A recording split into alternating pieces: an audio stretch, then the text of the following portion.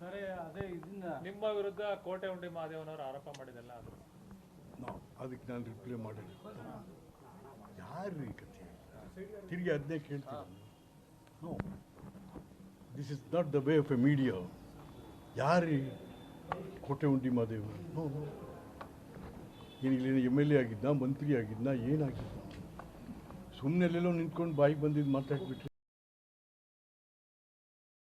ಒಬ್ಬರು ಚಾಮುಂಡೇಶ್ವರಿ ಕರೆದಿದ್ದು, ಒಬ್ಬರು ಬರಲೇ ಇಲ್ಲ, ಅವರೇ ಬರಲಿಲ್ಲ, ಕರೆದವ್ರೆ. ಹಾಗೆ ಇವೆಲ್ಲ ದಯವಿಟ್ಟು ನಾನು ಮೀಡಿಯಾಕ್ಕೆ ರಿಕ್ವೆಸ್ಟ್ ಮಾಡ್ತೀನಿ. ನನ್ನ ಏಜ್, ನನ್ನ ಎಕ್ಸ್ಪೀರಿಯನ್ಸ್ ಇನ್ ದ ಪೊಲಿಟಿಕ್ಸ್, ದಯವಿಟ್ಟು ಅದೆಲ್ಲ ಕನ್ಸಿಡರ್ ಮಾಡಬೇಕು. ಅದನ್ನು ಬಿಟ್ಟು ಯಾರೋ ಅವನ ಜೊತೆ ಹೋಲಿಸೋದಲ್ಲ. ನಾನು ಆ ಥರ ಆದರೆ I do not want to talk to the media. ಬೇಡ, ಮಾತಾಡೋದೇ ಬೇಡ. ಏನಂತೆ ಮಾತಾಡಿ ಬೇಕು. This not the way. ನಾವು ಕ್ಲಾರಿಫಿಕೇಶನ್ ಅದೇ ಏನು ಕ್ಲಾರಿಫಿಕೇಶನ್? ನೋ, ಏನು ಕ್ಲಾರಿಫಿಕೇಶನ್ ಮಾಡ್ತೀರಿ? ಏನಾಗಿದೆ ಅಲ್ಲಿ ಕ್ಲಾರಿಫಿಕೇಶನ್ ಮಾಡಲಿಕ್ಕೆ ನೀವು? ಅಲ್ಲಿ ಏನಾಗಿದೆ? ಸುಳ್ಳು ಆರೋಪ ಮಾಡ್ತಾ ಇದ್ದಾರೆ. ಅಲ್ಲೇ ಹೇಳ್ದಲ್ಲ, ಸುಳ್ಳು ಸುಳ್ಳು. ಯಾರಾದರೂ 55 ಲಕ್ಷ ಅಲ್ಲ ರೀ, ನನ್ನ ಜನ್ಮದಲ್ಲಿ ಯಾವಂಥವು ಸಾಲ ತಗೊಂಡ್ರು? ನನ್ನನ್ನು ಇವತ್ತು ನೋಡ್ತಾ ಇದ್ದೀರಿ ನೀವೆಲ್ಲ, 50 ವರ್ಷ ನೋಡ್ತಾ ಇದ್ದೀರ. ನಮಗೆ ಬೆಳೆಸಿರೋರೇ ಮೀಡಿಯಾ ಅಂತ ಎಷ್ಟು ಸರ್ತಿ ಹೇಳಿದ್ದೀನಿ ನಾನು. ಬೆಳೆಸಿದವರೇ ಕೊಲ್ತೀರ ಈಗ ನಮ್ಮನ್ನು. ನಾವು ನೆವರ್ ಆಗಬಾರ್ದು ಆ ಥರ. ನಾವು ಯಾರು ರೀ ಅವ್ನು ಹೋಲಿ 55 ಲಕ್ಷ ಅನ್ನೆಲ್ಲ ಕೊಡಪ್ಪ ಇಲ್ಲಿ ಏನಾದರೂ.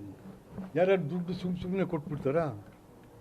ಚೆಕ್ಕು, ಬಾಂಡು ಏನಾದ್ರು ಕೇಳ್ತಾರೆ. ನೀವೇನು ಅದು ಕೇಳಲೇ ಇಲ್ಲ ಅವನ್ನ. ಅವನು ಹೇಳಿದ ತಕ್ಷಣ ಓ ವೆರಿ ಸಾರಿ. ಹೇಳ್ತಿರೋದು ಆ ದುಡ್ಡು ನಂದಲ್ಲ, ನಾಗರಾಜ್ ಅವರು ಕೊಟ್ಟಿರೋದು. ಅದು ಬೇರೆ ರೀ. MTBದು ಇವನು ಯಾಕೆ ಕೇಳ್ಬೇಕು ಅದನ್ನು? ಇವನು ಯಾರು ಅದನ್ನು ಕೇಳಕ್ಕೆ? MTB ಕೇಳ್ಬೇಕಾ ಇವನು ಕೇಳಬೇಕು? ಇವನು ಏನ್ ಏಜೆಂಟಾ MTBಗೆ ಸಾಲ ಕೊಡಿಸೋದಕ್ಕೆ? ನೋ, MTBನೂ ಕೂಡ ನನ್ನ ಜೊತೆ ಮಂತ್ರಿ ಆಗಿದ್ದವರು. We are good friends.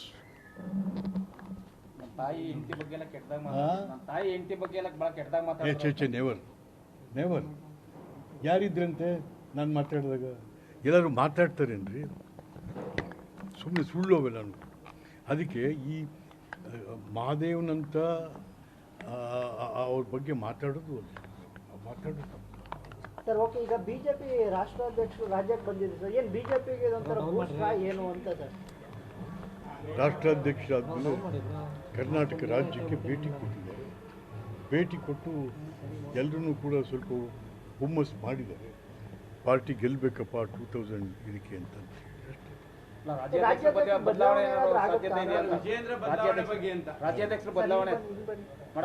ಅದು ಗೊತ್ತಿಲ್ಲ. ಅವಶ್ಯಕತೆ ಇದೆಯಾ ಅಂತ?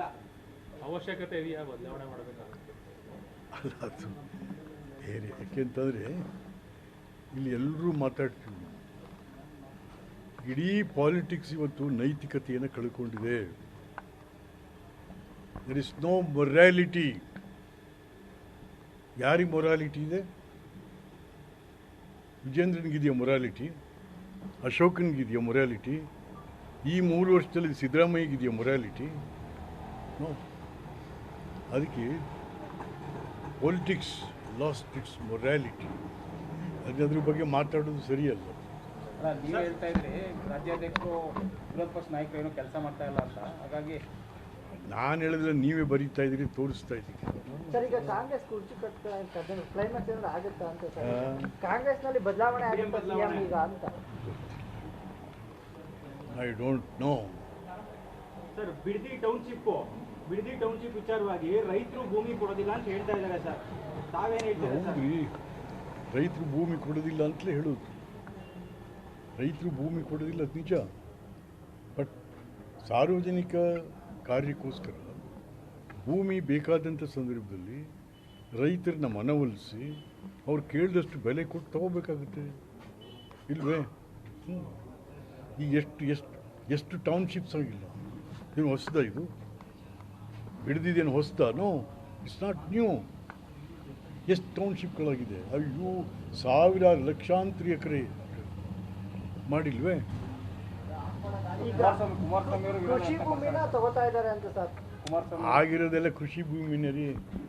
ಕೃಷಿ ಭೂಮಿ ಎಂಥದ್ದು ಡ್ರೈ ಭೂಮಿ ಇರ್ಬೋದು, ಅದು ಕೃಷಿನೇ. ವೆಟ್ಲ್ಯಾಂಡ್ ಅದು ಕೃಷಿನೇ.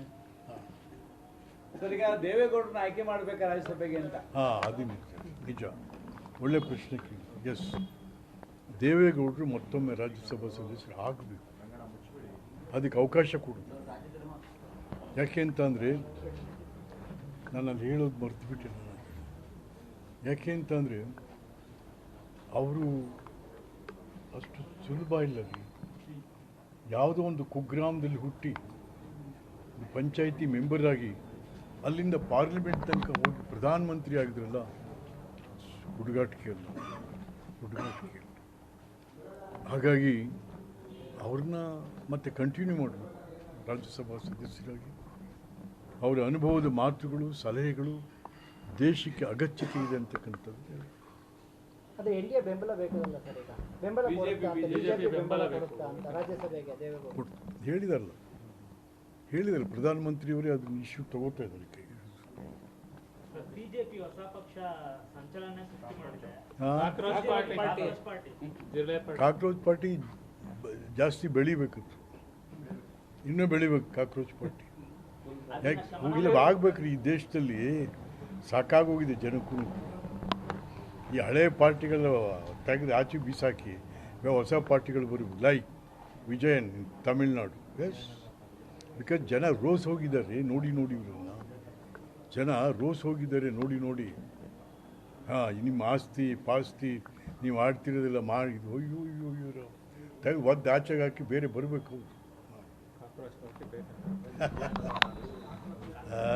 ವಿಜಯನ್ ಪಾರ್ಟಿ ಅಲ್ಲ ಸರ್, ಕಾಕ್ರೋಚ್ ಅಂತ ಅಂದ್ಬಿಟ್ಟು ಅದೇ ರೀ ಹೇಳಿದ್ದು ನಾನು. ಕಾಕ್ರೋಚ್ ಪಾರ್ಟಿನೂ ಈ ವಿಜಯನ್ ಪಾರ್ಟಿ ಏನೋ. ಕಾಕ್ರೋಚ್ ಪಾರ್ಟಿ ಒಂದೇ ದಿವಸದಲ್ಲಿ ಮೇಲೆ ಕೆದ್ದು ಬಂತು ಅಲ್ವಾ. ವಿಜಯಿಂದ ಏನಿಲ್ಲ, ಸಾವಿರಾರು ವರ್ಷ ಆಗಿತ್ತೆ. ಭಾಳ ಶಾರ್ಟ್ ಪೀರಿಯಡ್. ಬಿಜೆಪಿ ಅವರನ್ನೇ ವಿರೋಧ ವ್ಯಕ್ತಪಡಿಸ್ತಾರಲ್ಲ ಸರ್ ಈ ಯಾತಕ್ಕೆ ಕಾಕ್ರೋಚ್ಗೆ? ನೋಡೋಣ. ಹಾಂ, ಥ್ಯಾಂಕ್ ಯು ಸರ್.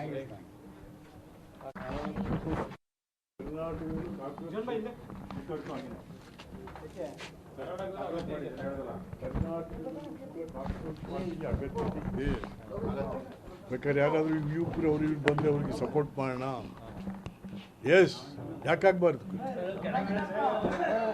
ಸಂಪೂರ್ಣವಾಗಿ ನಿಮ್ಮ ಸಪೋರ್ಟ್ ಇದೆಯಾ ಸರ್ ಈ ಪಾರ್ಟಿಗೆ? ಸಂಪೂರ್ಣವಾಗಿ ನಮ್ಮ ಸಪೋರ್ಟ್ ಇದೆ. ಯಾರು ಇದೆಲ್ಲ ಕಥೆ ರಾಮ್? ಯಾರಪ್ಪ ಏನಾದರೂ ಅಯ್ಯೋ ದೇವ. ಕರ್ನಾಟಕದಲ್ಲಿ ಬದಲಾವಣೆ ಬೇಕು ಅಂತ ಹೇಳ್ತಿದ್ದೀರಾ? ಹಾಂ, ಕರ್ನಾಟಕದಲ್ಲಿ ಬದಲಾವಣೆ ಬೇಕು. ಕರ್ನಾಟಕದಲ್ಲಿ ರಾಜಕಾರಣದ ಅಮೂಲಾಗ್ರ ಬದಲಾವಣೆ ಬೇಕು. ದೇಶದಲ್ಲೂ ಬೇಕು. ಯಾಕಾಗಬಾರ್ದು? ಅಲ್ಲಪ್ಪ, ನೀವು ಎಲ್ರಿ ಇವತ್ತೇನಾದರೂ ಸಾಮಾನ್ಯ ಜನ ಬದುಕಕ್ಕಾಗ್ತಾ ಇದ್ದೀರಿ?